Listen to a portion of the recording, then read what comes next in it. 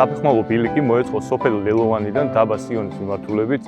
ჯამში ბილიკის სიგრძე წარმოადგენს 16 კილომეტრს, საიდანაც 7.2 კილომეტრის სიგრძის მარშრუტი წარმოადგენს უშუალოდ მეტყევის ბილიკს. აღნიშნული ბილიკი აღჭურვილი არის შესაბამისი მანიშნებელი თუ მაორიენტირებელი დაფებით, ასევე აღგვილის აღნიშნული ნიშნებით და სხვადასხვა სახით ინფრასტრუქტურით, რომელიც დაეხმარება აქ მოსულ ტურისტებს უსაფრთხო გადაადგილებაში. ბილიკი არის მარტივი სირთულის, აქ არ გვხდება ისეთი რთულად გადასალახი დაბკოლებები, რომელიც საჭიროებდეს რაიმე სახის ფიზიკურ წინასწარ მომზადებას, შესაბამისად მასზე გადაადგილება შეუძლია ნებისმიერ ფიზიკურ კონდიციაში მყოფ ადამიანს. აღნიშნული ბილიკი დაბა სიონში უკავშირდება ტურიზმის ეროვნული ადმინისტრაციის მიერ მოწყობილ კიდევ ერთ მარშრუტს, რომელიც ახმეტის მუნიციპალიტეტისკენ მიემართება. ბილიკი დაყოფილია 4 ძირითად ზონად. ეს არის მინდვრის ეკოსისტემის ზონა, შერეული ტყის ზონა, ასევე გვაქვს საბანაკე ზონა და ფიჭვის კულტურების ზონა.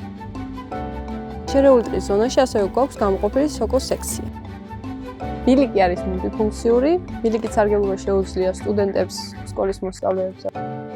განსაკუთრებით სამიზნე ჯგუფებს წარმოადგენს ისეთი სასწავლებლები და ისეთი ფაკულტეტები, როგორიც არის სატყეო საქმე, ეკოლოგიასთან დაკავშირებული სხვადასხვა მიმართულებები თუ საბუნებისმეტყველო მეცნიერების სხვადასხვა ფაკულტეტები.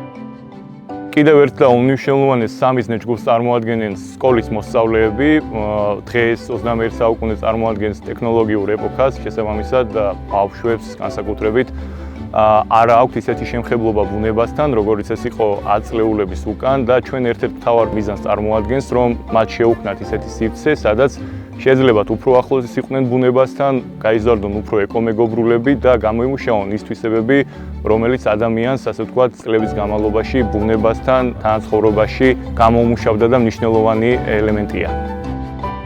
აქ არსებული ისტორიულ-კულტურული ძეგლები, ბუნებრივი ლანდშაფტის ელემენტები იძლევა საშუალებას იმისა, რომ გრძელვადიან პერიოდში ეს გახდეს ტურიზმის მიმზიდველი ტერიტორია.